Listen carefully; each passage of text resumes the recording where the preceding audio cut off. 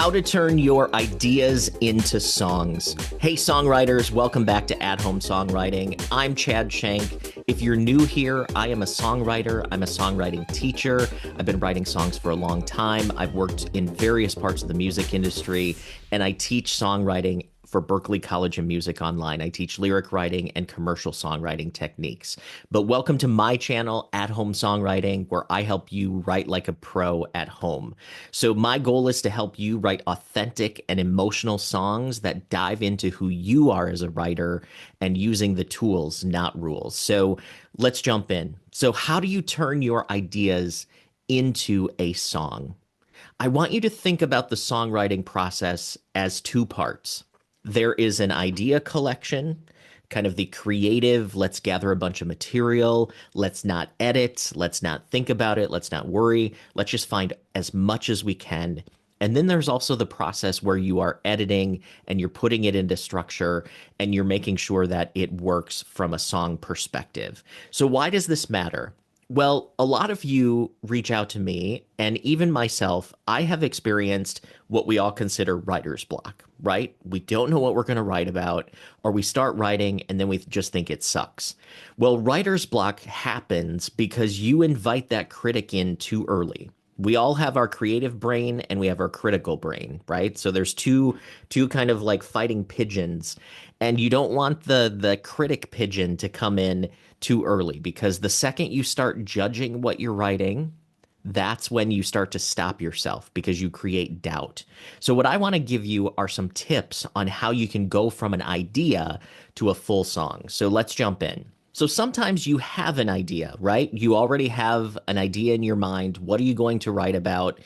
You want to turn it into something, but sometimes you may not even have an idea. So we're going to talk a little bit about how you can either go from an idea or try to actually mine for some ideas. So the first step that I want to teach you is start collecting ideas.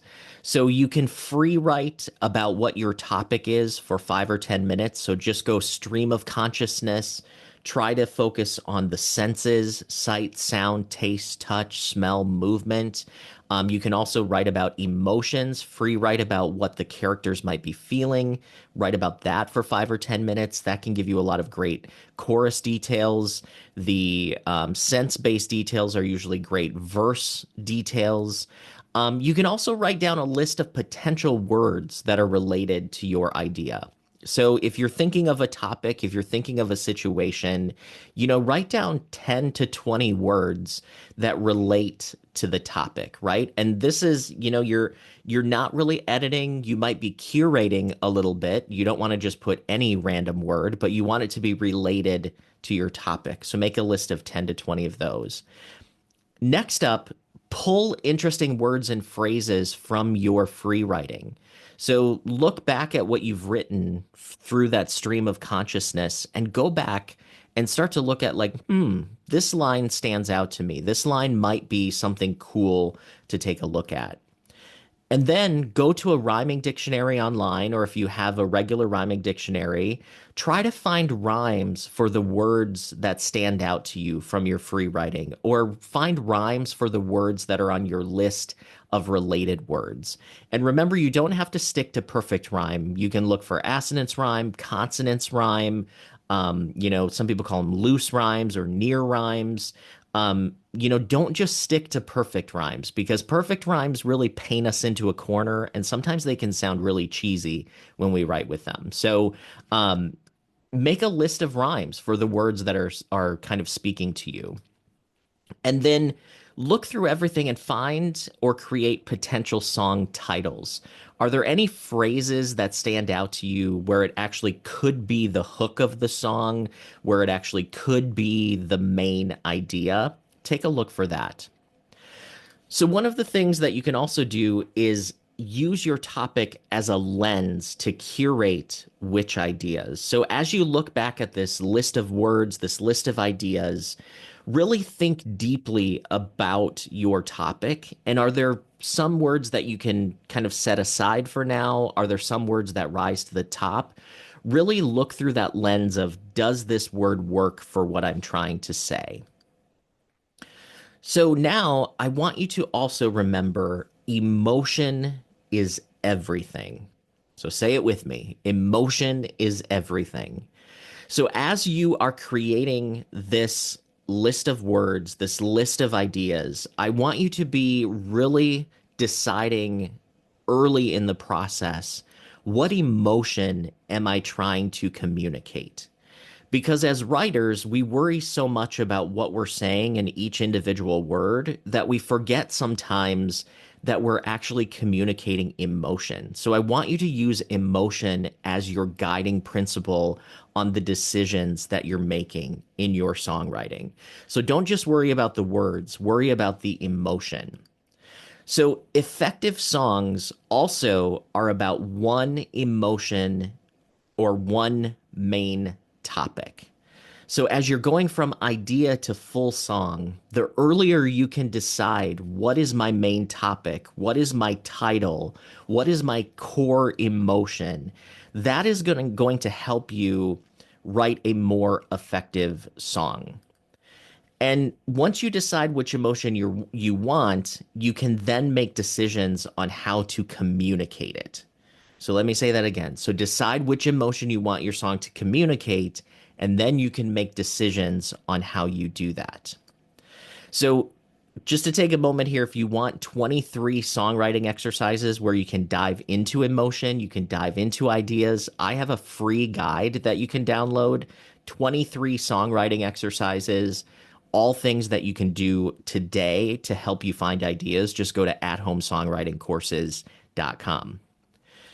So once you have your emotion, once you have your topic, now you can start looking for chords.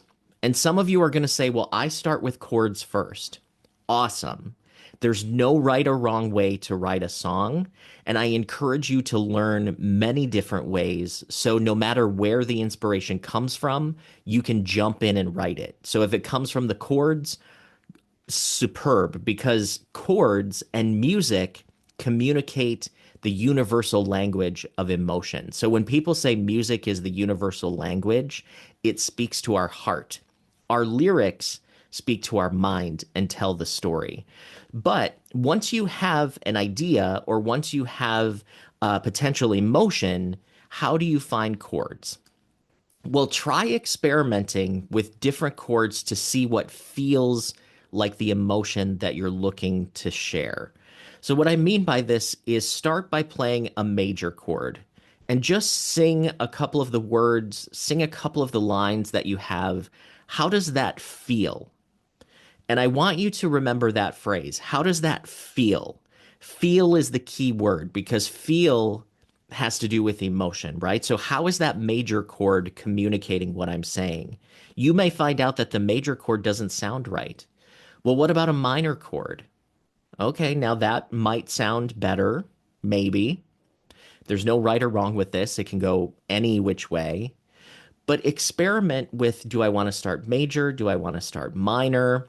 And then as you're going through, you can also experiment with using hit song chord progressions.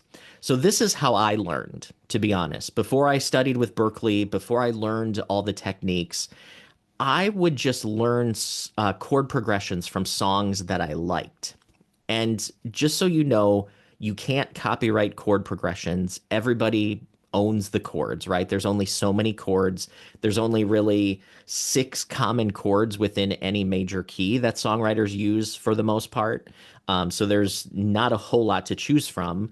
But experiment using hit song chord progressions because what this does is it gives you a vocabulary. So you start to understand if I play these chords, I get this emotion. And that's what we're aiming for is we want to teach ourselves how do we tap into that different emotion. So it's not knowing theory, it's not knowing why the chords do what they do. It's just learning how do they feel. Because the most important thing, like I said, emotion is everything. And the most important thing is how things feel. And I know a lot of you write in different genres. And the thing that connects every genre is we all want our listeners to feel something. So experiment and learn progressions that move you, and then see how you can apply that emotion to your songs. And then you can also experiment with changing up the chords. So you can change the chord order. You can change up how often you change the chords. So are you changing the chords one every measure? Or are you changing chords, one chord for two measures? Is it two chords per measure? Is there some other pattern?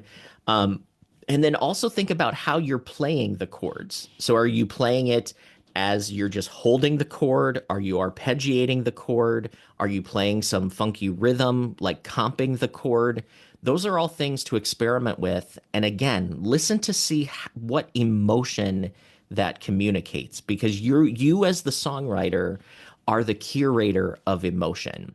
So spend time really feeling what different variations sound like and try options to see what feels the best. Because trying things is the key to get past that writer's block, right?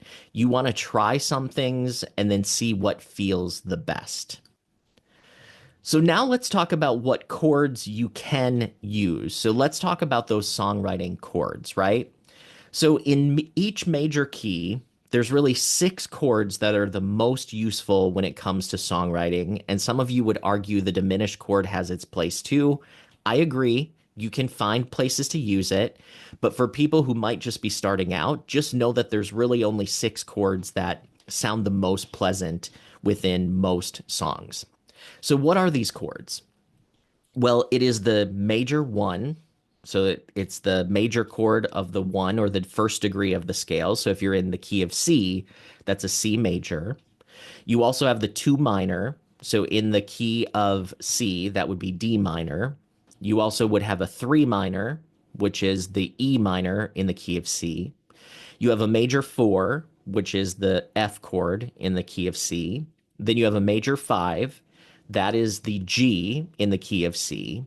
And then you also have a minor six, which is the A minor in the key of C. So those are really the chords that you have when you're thinking about writing in a major key, right? So you have the one, the two, the three, the four, the five, and the six.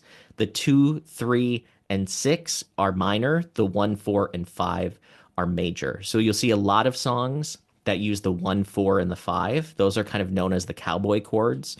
A lot of people, when they say three chords and the truth, that's what they mean.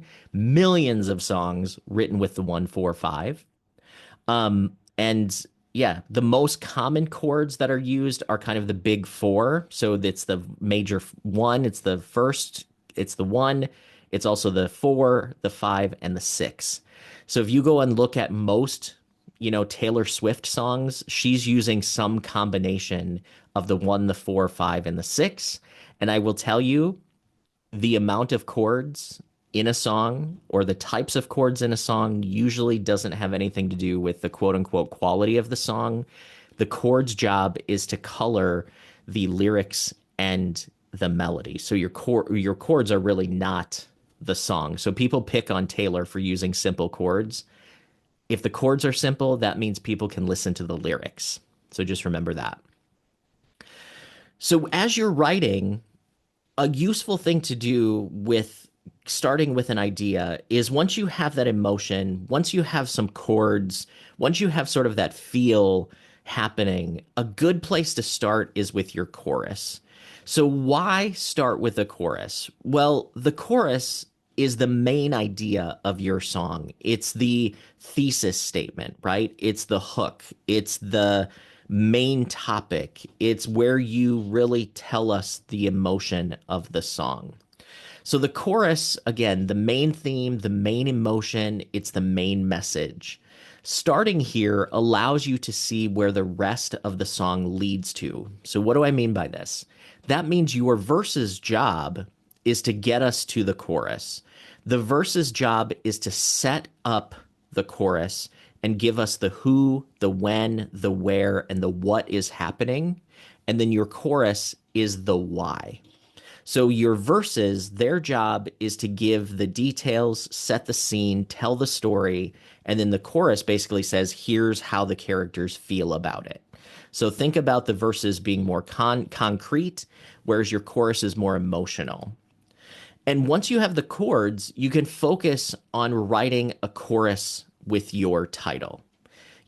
Play the chord progression, sing that title, sing some lines that relate to the title, really experiment and see what feels good to you. So sing, just ad lib, try different notes within the chords, try different notes without side of the chords, and really try to find a melodic motif based on the rhythm of your chorus.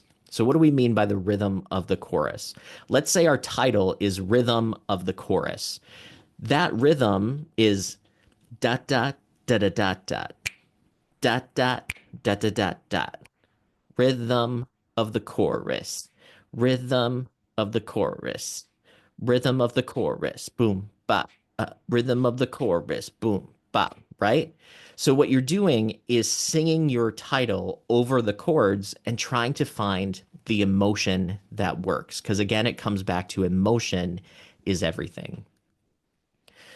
Next up, how do you then start developing your idea? So, how do you develop the idea that you have? Well, once you have your chorus, you can start writing your contrasting verses. So, what do we mean by contrasting? Contrasting means that you are doing something different in your verse than you are your chorus. So, if you have 4 lines in your chorus, try a different number of lines in your verse. If you have an A B rhyme scheme in your chorus, try a different rhyme scheme in your verse. You want to take your listener on a journey, so contrast is so important. Also, your first verse is there to lead into the chorus, and it should be setting the scene that leads to the why. So you're establishing the who, the when, the where, the what. And the sooner you introduce who, that means who is the singer, who are they singing to, that's point of view. When is this happening? Where is it happening? And then what is happening? And if you can introduce some conflict in your first verse or a situation in your first verse, you can have that lead to the chorus that explains the main emotion around that topic, around that problem. And sometimes the chorus can be the solution to the problem as well. Your second verse then takes us deeper into the topic and the emotion. So it can be more emotionally focused, where your first verse is setting a scene, your second verse is taking us even deeper. And some ways that you can make your chorus feel stronger each time you hear it is by trying to advance your who, when, and where. So, for instance, Taylor Swift in her song Back to December changes the who from verse to verse. So, her first verse is talking about the other person. So she's talking about the you. It's in first person direct address. So she's talking directly to another person. So she's talking to that person in verse 1. Verse 2 now, she is talking about what she's feeling inside. So she goes from you to me, right? And then in the bridge, she's talking about the two people together. So she's talking about we and what can we do. So that's a really powerful way to think about advancing your ideas, is using the you, me, we, or you, me, us format. So you're kind of advancing the who. You can change the time frame, you can change the when, and you can also change where the things are happening. But the idea here is to give your listeners a new part of the story in your second verse, so the chorus feels fresh, even though your chorus is going to have the same lyrics. So contrast the rhyme schemes, the melodies, the chords, give each section its own identity. So if it's a verse, it should sound like the other verses. If it's a chorus, it should sound like the other choruses.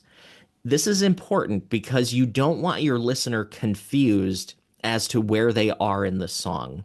So listeners are used to a certain structure, and when listeners are used to a structure, it means they can focus on what's being said and they can focus on the emotion instead of subconsciously trying to figure out where the hell am I in this song, right?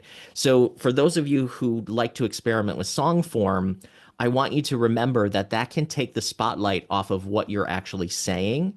And there's a reason why so many songs use similar song form because it's effective and it gives us contrast and it gives us familiarity with the structure. So our listener is already on the road, and then you can show them different scenery in what you're saying. So serve the song. This is big. Let go of your ego and focus on telling the story the best way that you can, right? So, what do I mean by this? A lot of times I see writers trying to impress other songwriters, or they're trying to be like, look at me, I'm an amazing lyricist and I am using big words, and look at all my fancy chords. I'm a master of music theory and all of these things. And your listener really doesn't care, right? Your listener doesn't care about you as the writer. I mean, they do, but they don't. What they care about is, are they feeling something and do they want to listen to the song?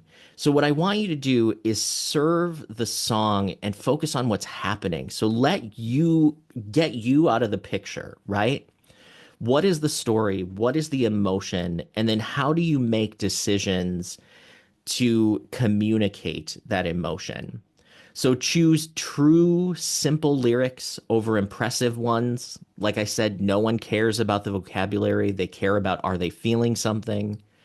Focus on one central idea and make sure your lyrics are clear.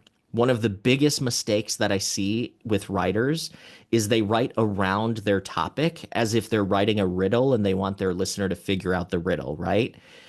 Listeners don't want to figure out things. They don't want to do work. All they want to do is they want to feel something. So make sure you're clear. And the more clear and specific you can be, the more universal your songs will become. So if you want to write songs that connect with a larger number of people, the more specific you can be, the better, because being more specific equals being universal. So practice this stuff consistently, right? So make sure that you're writing as many songs as you can because this will help you hone your craft and overcome writer's block.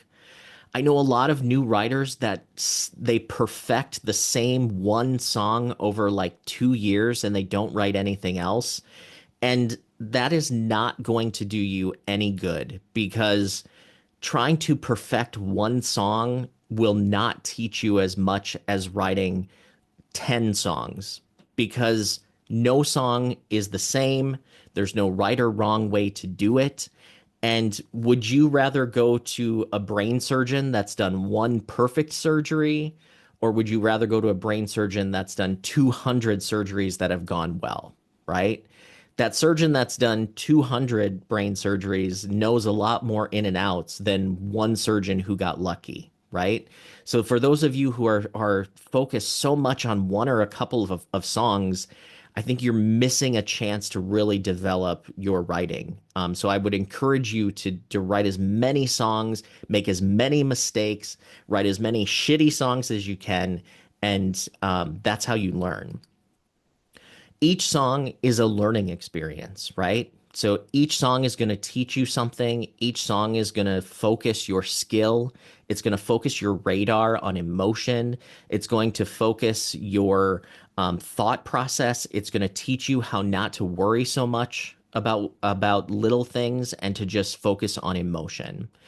Also, consider collaborating with others to learn about different perspectives. When you collaborate with other songwriters or even just attend online workshops, like I have free online workshops with At Home Songwriting, go to athomesongwritingcourses.com.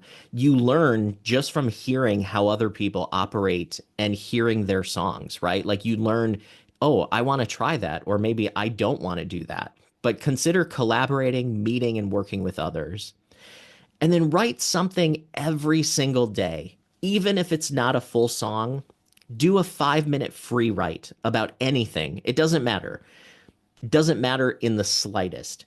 Just doing a free write every single day will teach your mind how to be creative, and it will help you dig in more when it does come time to write a full song. But you should be creating something every single day. Maybe it's a chord progression, maybe it's just humming a melody. Doing something is better than doing nothing at all. So, as we're getting through this process of going from idea to song, I hope you see that this is all about experimentation and it's all about learning, right? And the most important thing here is be true to yourself. And I'll say that one loud and clear again. Be true to yourself. There's nobody like you. Nobody has listened to the exact same things that you did. Nobody has the exact same influences. You are an original just by tapping into who you are as yourself. So be true to that. While it's helpful to study techniques, ultimately let your unique voice and vision shine through, right? There's nothing wrong with studying techniques. There's nothing wrong with knowing theory. There's nothing wrong with using someone else's process. But what you want to do is discover who you are. So don't be afraid to express your personal truth and find that own style. And, use your influences as your guides to find out what moves you. Because if it moves you, it probably moves 3 million other people as well, right? So try to focus on what really makes you feel good. Also, rinse and repeat. Keep writing, keep growing, keep doing it. Hopefully, keep watching my videos. Hopefully, they're helpful. Put in the comments if there's any questions or topics you'd like me to cover. I'd love to hear kind of what's on your mind. But keep the focus. Serve the song, embrace getting specific in your verses and emotional in your choruses. Focus on a single interesting idea, craft a strong chorus, and then use contrast and repetition strategically. That's really what this all comes down to in this journey of finding who you are and going from an idea to a finished song. There's no exact way to do it, and every song is different, and each of us writes in our own way, but knowing how to stay focused is key. So if you want 23 songwriting exercises that can help you get some ideas, also practice your craft in general. If you did one of these every day, you'd have almost a month of doing something consistently. So go to athomesongwritingcourses.com and download the free guide, 23 songwriting exercises. So that's athomesongwritingcourses.com. So if you want to learn more about this and if you want to connect with me through At Home Songwriting, go to athomesongwritingcourses.com. And then also check out these other videos here where I dive into the craft of songwriting and I help you write like a pro at home.